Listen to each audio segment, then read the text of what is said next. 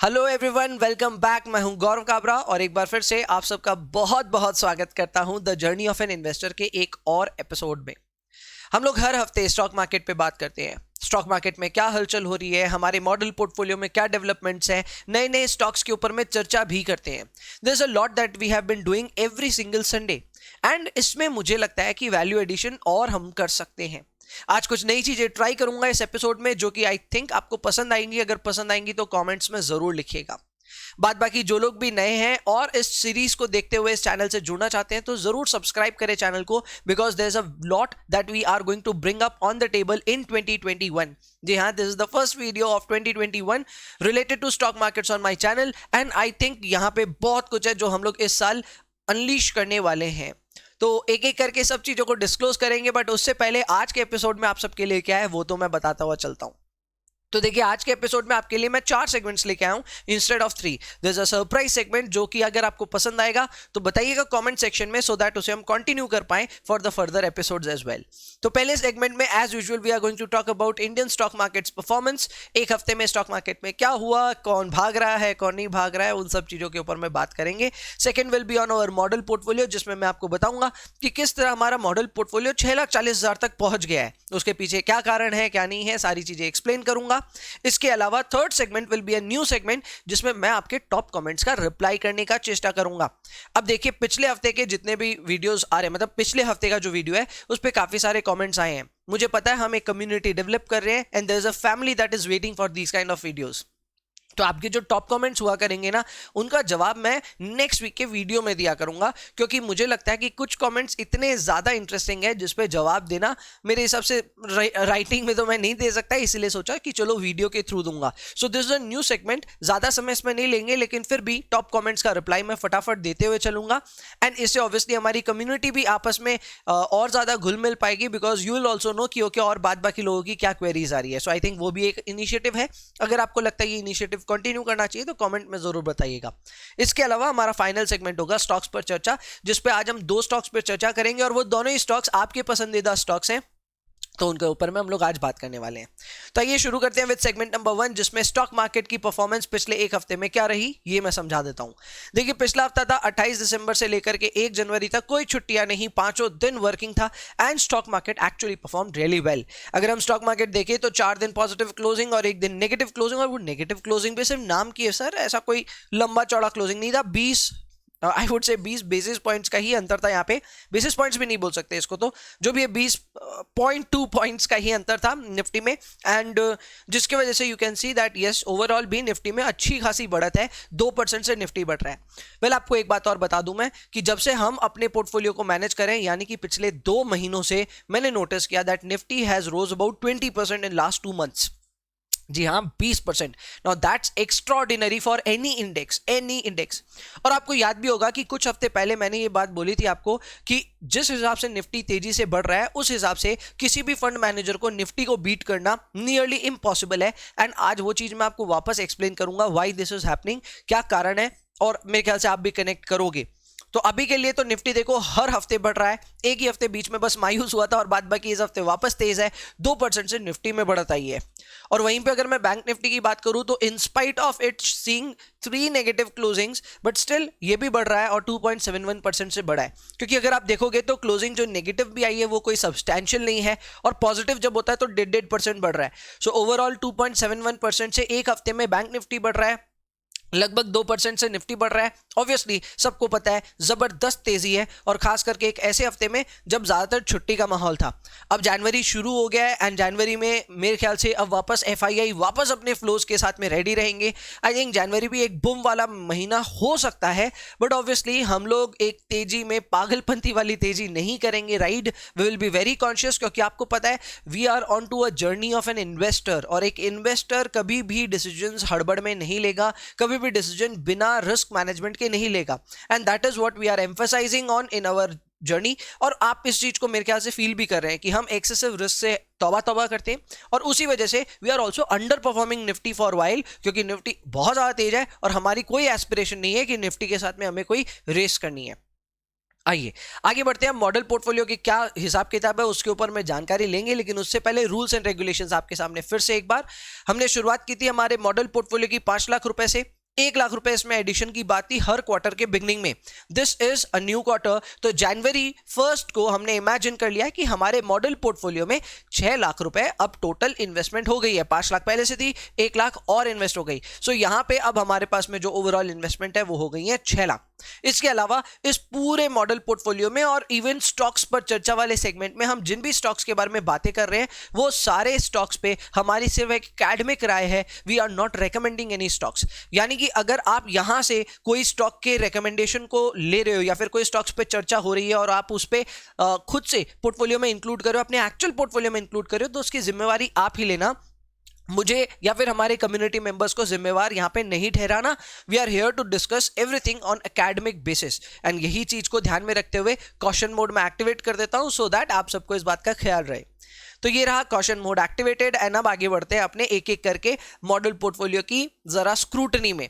तो model portfolio अगर आप देखेंगे तो आप देख सकते हैं कि यहां पे हमारा टेक्निकली ऐसा दिखना चाहिए था पोर्टफोलियो, जहां पे हमारी इन्वेस्टमेंट्स 5 लाख थी पिछले हफ्ते तक, जो कि बढ़कर के अब हो गई 5,40,000। सो ये भी अपने आप में एक जंप है। हम पिछले हफ्ते आई थिंक 532 के आसपास थे और अभी 540 पे हैं। सो डेफिनेटली 7-8 हजार का यहाँ इंक्रीमेंट हमको देखने को मिल रहा है। लेकिन यहां पे इंक्रीमेंट आ कहां से रहा है उसके बारे में बात करते हैं। पहला, जीएमएम फॉडलर। मैंने पहले से बोला था कि जीएमएम फॉडलर जब भी चलेगा हमको कुछ ना कुछ रिटर्न देगा। We have bought it at really good levels. हमने इसको उठाया था 3600 के आसपास में, अब ये 3700 समथिंग गया, जस्ट थोड़ा सा ही चला है, but we are at a gain of 4.12%, which I think is a good bet. अभी और वेट करना होगा जीएमएम फॉडलर में। वी थिंक दैट यहाँ पे जबरदस्त रिटर्न्स आ सकते हैं। दीपक नाइट्राइट जिसने करीब करीब 1000 रुपए टच कर दिए थे पिछले हफ्ते, close at 989.35। We are making 39.35% here.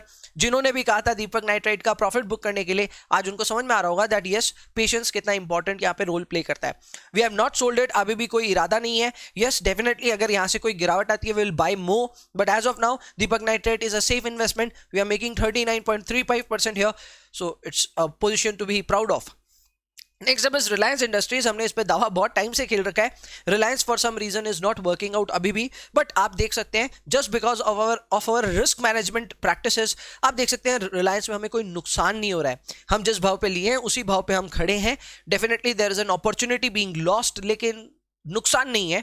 सो ये हमारे अच्छे कर्मों की वजह से है, ये हमारे बार्गेन डील्स की वजह से है that we have bought Reliance at these levels.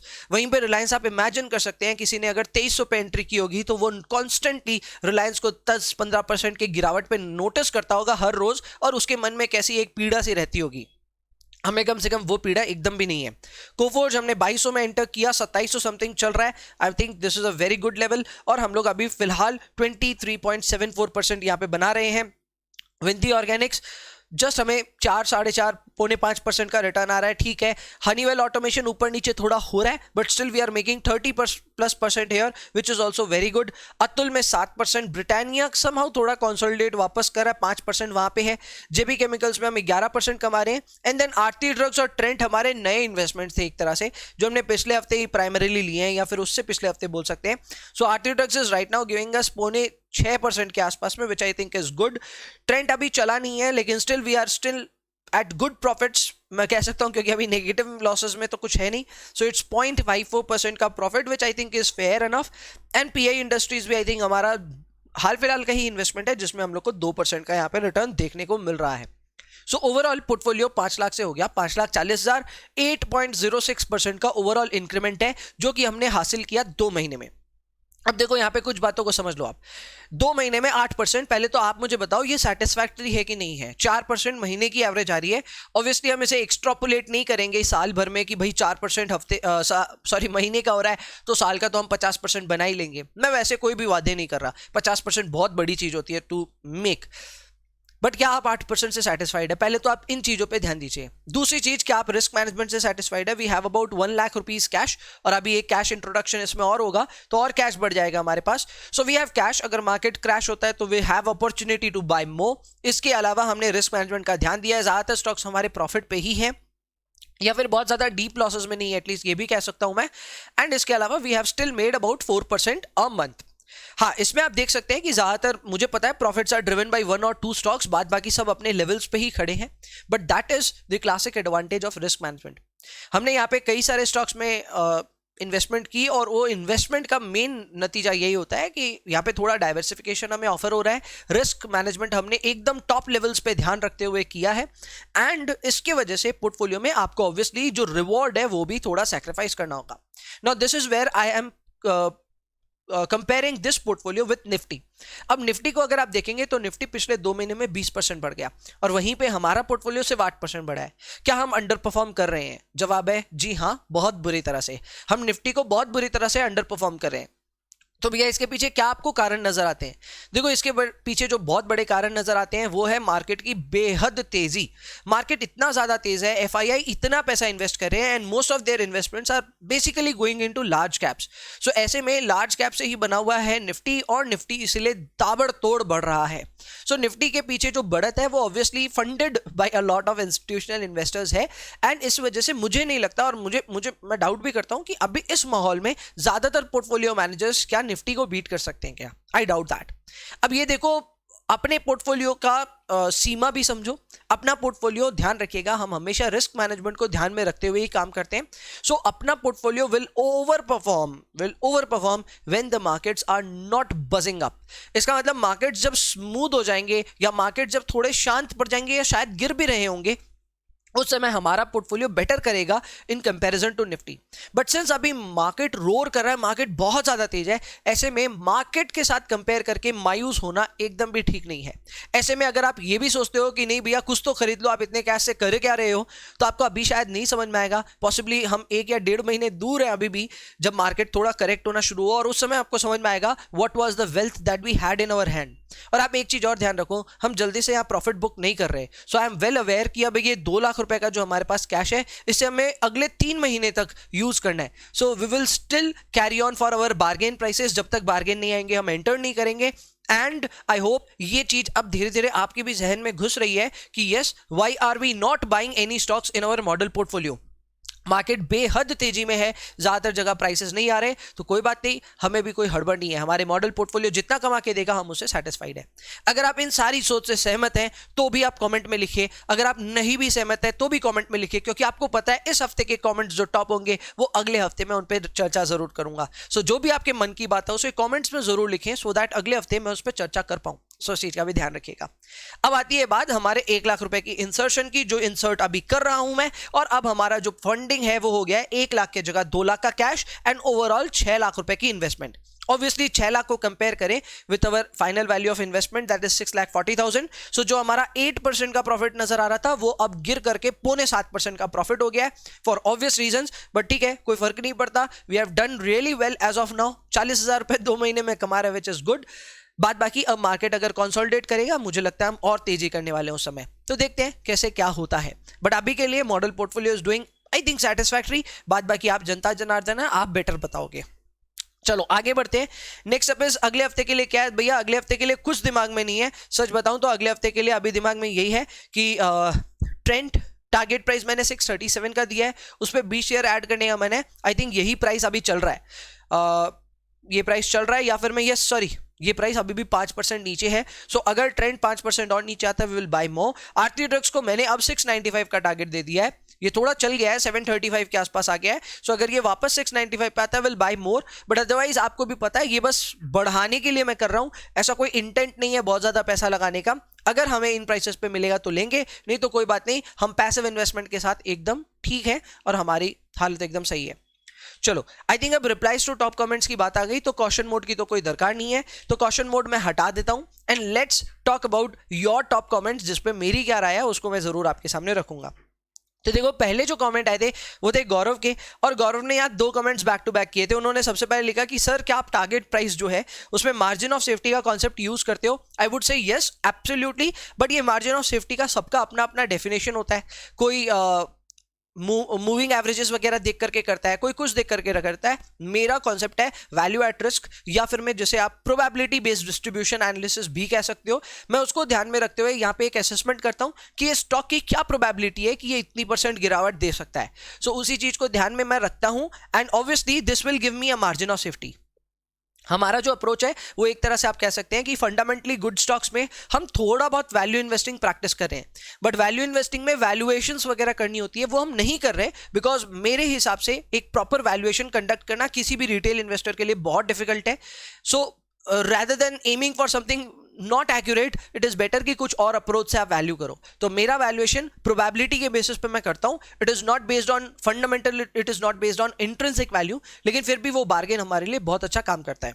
सो आपके पहले क्वेश्चन का जवाब यही है, जी हाँ, मार्जिन ऑफ सेफ्टी हम लोग प्रैक्टिस कर रहे हैं. Number 2, complete analysis. Sir fundamental analysis और वैल्यू इन्वेस्टिंग सिखा दीजिए. जरूर मैं सिखाने का चेष्टा करूंगा. There is a little bit of work in my hand right now, पर जैसे ही मैं फ्री होऊंगा आई बिलीव इसको भी मैं कैसे YouTube पे समझाने में बड़ा मजा आएगा.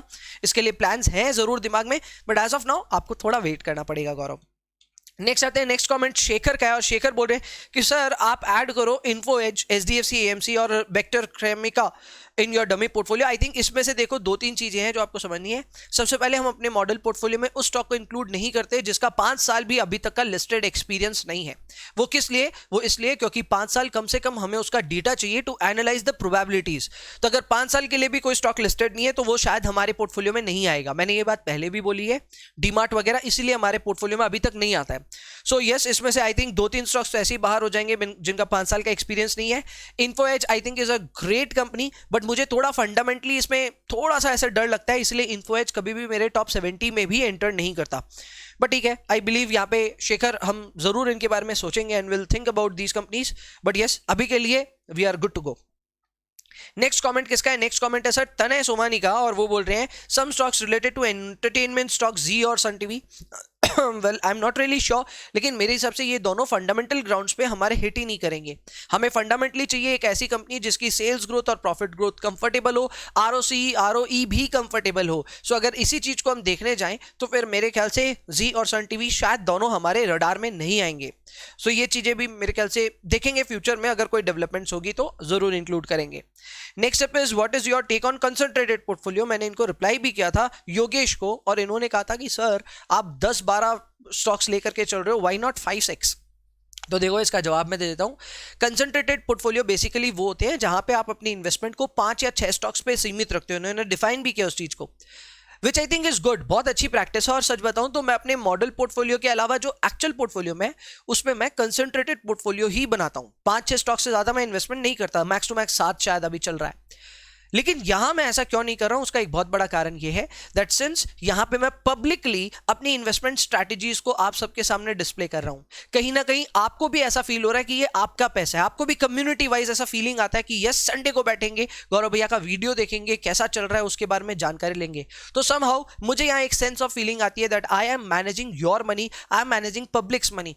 Although there is no such money involved, लेकिन फिर भी वो एक सेंस ऑफ फीलिंग है. एंड ये बात ध्यान रखिएगा, जब भी देयर इज पब्लिक इन्वॉल्व, जब भी there are your I would say your community involve, तो उस समय क्लाइंट्स तो इन्वॉल्व नहीं है यहाँ पे, लेकिन कम्युनिटी इन्वॉल्व जब भी होती है उस समय as a portfolio manager it is your duty to establish best risk management practices. तो यहां पे सबसे पहला रिस्क मैनेजमेंट प्रैक्टिस तो यही होता है that rather than going for a concentrated portfolio हम जाएंगे एक डाइवर्सिफाइड पोर्टफोलियो में. यहां 10-11 स्टॉक्स में हम इन्वेस्ट कर रहे हैं. एट टाइम शायद मैक्स टू मैक्स मैं 15 तक जाना चाहूंगा, which will give me a comfort कि चलो हमारे पोर्टफोलियो में अलग अलग सेक्टर्स का एक्सपोजर है. अगर इसी को मैं 5-6 तक सीमित रखूं तो डेफिनेटली उससे पोर्टफोलियो बहुत तेजी से बढ़ सकता है, बट बहुत तेजी से घट भी सकता है. So portfolio concentrated versus diversified obviously अपनी दोनों की इंपॉर्टेंस है. मैं फिर से आपको बता देता हूं, मेरे एक्चुअल पोर्टफोलियो में वो कंसंट्रेशन में प्रैक्टिस करता हूं क्योंकि वो मेरा पैसा है, मुझे किसी को जवाब नहीं देना. बट यहां पे मैं उसे डाइवर्सिफाई करने में थोड़ा भरोसा रखता हूं क्योंकि मुझे आपके प्रति थोड़ी जवाबदेही है, और उसी वजह से मैं यहां पे ज्यादा रिस्क प्रैक्टिस नहीं कर रहा. सो आपका सुझाव बहुत अच्छा है कंसंट्रेटेड पोर्टफोलियो का. I would do it on personal basis but not on public platforms. चलो इसके बाद में राघव का क्या है. राघव ने बोला सेंचुरी और काजरिया को दोनों को कवर करिए, दोनों में मैनेजमेंट कुछ बोल रही है. Raghav your request have been taken up. Raghav ने जो दोनों स्टॉक्स बताया है वही मैं आज चर्चा करने वाला हूं. सो यस राघव, आपकी दोनों रिक्वेस्ट कंप्लीट हो रही है आज. इसके अलावा असलम ने भी बहुत जबरदस्त कमेंट दिए। इन्होंने सबसे पहले बोला सर एक व्हाट्सएप ग्रुप बना दो, मैं उस पर विचार कर रहा हूं, व्हाट्सएप बनेगा या टेलीग्राम मैं सोच के आपको बता दूंगा, बट यस मुझे ऐसा लगता है कि इस महीने नहीं तो अगले महीने तक ये काम आपका पूरा हो जाएगा। इसके अलावा असलम आप बोल रहे हैं कि सर कंजम्पशन जैसे रिलैक्सो और वर्लपूल, भाई दोनों ही जबरदस्त शेयर हैं, सच बता रहा हूं दोनों बहुत अच्छे शेयर हैं। रिलैक्सो और वर्लपूल थोड़े नीचे आएंगे ना तो हम इनके बारे में सोचेंगे। आई थिंक अभी दोनों ही अपने लाइफ हाई के आसपास ही होंगे। रिलैक्सो तो कम से कम है, वर्लपूल मुझे पूरा याद नहीं है, सो ऐसे में थोड़ा नीचे आएगा, हम जरूर सोचेंगे। दोनों मेरे टॉप 70 में है एंड आपको मैं बधाई देना चाहता हूं जो आप इस तरह के नामों तक पहुंच गए हैं, बिकॉज अपने आप में ये स्क्रीन भी कर पाना कौन से स्टॉक्स अच्छे हैं या कौन से नहीं है, ये भी बहुत बड़ी अचीवमेंट होती है। So Aslam you are already there, I congratulate you for that. इसके अलावा रितेश ने तो भाई अपनी पूरी लिस्ट दे दी। रितेश ने कहा सर बहुत सारे स्टॉक्स आप इनको कवर करो, तो इसमें अवंती, एडीएफ, सोनाटा, बहुत सारी कंपनियों के नाम है, बट आई फाउंड कि यहाँ पे काजरिया और सेंचुरी प्लाईबोर्ड दोनों इंक्लूडेड थे, जो कि राघव के भी रिक्वेस्ट थे, इसलिए मैंने दोनों के कॉमन लेकर के आज के स्टॉक्स पर चर्चा में उसको सेलेक्ट कर लिया है। सो ये थे टॉप कॉमेंट्स और अब आ गए हम लोग फाइनल सेगमेंट में, जो कि है हमारा स्टॉक्स पर चर्चा। But again since we are going to talk about stocks here, इसीलिए वापस कॉशन मोड एक्टिवेटेड है। तो आइए एक एक करके स्टॉक्स पे चर्चा करते हैं। सबसे पहले काजरिया सेरेमिक्स, भाई कंपनी क्या करती है भैया, टाइल्स बनाती है। टाइल्स में इनफैक्ट इसका इंडिया में 10% मार्केट शेयर है एंड आई थिंक सोमानी के बाद में ये, सोमानी के बाद भी नहीं, सोमानी के साथ वाली ये कंपनी है। टाइल्स बनाती है सर, बहुत अच्छा कारोबार है, 709 रुपए का प्राइस और 11,000 की market cap, everything looks good about this company. लेकिन फिर भी इसके प्रोज और कॉन्स आपके सामने ये रहे। प्रोज में सबसे पहले कंपनी की आरओसी और आरओई बहुत अच्छी है, जो कि मुझे भी अच्छा लगा, कंफर्टेबल है। लेवरेज भी कंपनी में कोई खासा नहीं है, प्रोमोटर होल्डिंग अच्छी है, एफआईआई तो बहुत ही अच्छा है, एफआईआई डीआई इन्वेस्टमेंट बहुत अच्छा है। But what is the problem here? Well Kajaria में प्रॉब्लम सबसे बड़ी ये हो रही है कि इनकी पी जो है वो कॉन्ट्रैक्ट कर रही है। मैंने आपको बताया भी था कि पी बढ़ना खतरे का घंटी नहीं होता है, पी घटना खतरे का घंटी होता है। किसी भी स्टॉक का अगर पी एक्सपैंड हो रहा है, इसका मतलब ये समझ लीजिए that market is recognising it's growth potential, और एक लेवल तक अगर आपने जल्दी राइड किया उस स्टॉक में तो आपको फायदा होगा, जैसे दीपक नाइट्राइट में हमें होने वाला है। मैंने आपको पहले ही एक्सप्लेन किया था, दीपक नाइट्राइट में अभी पी एक्सपेंशन शुरू भी नहीं हुआ, तो अगर यहां से पी एक्सपैंड होना शुरू होता है, हम दीपक नाइट्रेट में 2 बैगर 3 बैगर बना सकते हैं, मुझे ऐसा लगता है। सो उसके लिए हम ऑब्वियसली बैठे हैं वहां पे, बट यहां पे तो पी बढ़ नहीं रहा सर, यहां पे पी घट रहा है। सो पी इज एक्चुअली कॉन्ट्रैक्टिंग। उसके पीछे कारण क्या है मुझे पता है, कारण है इनकी poor sales and profit growth. Well इस कंपनी की अगर मैं बात करूं तो ये कंपनी पिछले कुछ सालों में तो अच्छा काम कर रही थी, लेकिन पिछले 3-4 सालों में इनके काम में बहुत स्लोनेस आई है। एंड इसके अलावा मुझे लगता है इनकी कैपेसिटी यूटिलाइजेशन भी काफी टॉप मोस्ट है, काफी अच्छा कैपेसिटी यूटिलाइजेशन होने के बावजूद ग्रोथ नजर नहीं आ रही, तो आगे की फ्यूचर ग्रोथ पे भी मुझे थोड़ा डाउट है। अब ये कंपनी के एक्विजिशंस भी कोई बहुत ज्यादा नहीं है, कंपनी बहुत ज्यादा केपेक्स प्लान भी नहीं लेकर के आई है, सो ऐसे में फ्यूचर ग्रोथ अभी भी बहुत ज्यादा डाउटफुल है। एंड इसके अलावा इसका जब मैं डेटा रन करता हूं अपने मॉडल में तो रिस्क रिवॉर्ड रेशियो भी काफी पुअर आता है। मेरे जैसा बंदा तो इस कंपनी को डेफिनेटली स्टे अवे रहेगा, यानी कि इससे दूर ही रहेगा। बट फिर भी अगर आप इसे अपनी वॉच लिस्ट में रखना चाहते हैं, आपको पसंद है, आप रख सकते हैं इसको वॉच लिस्ट में।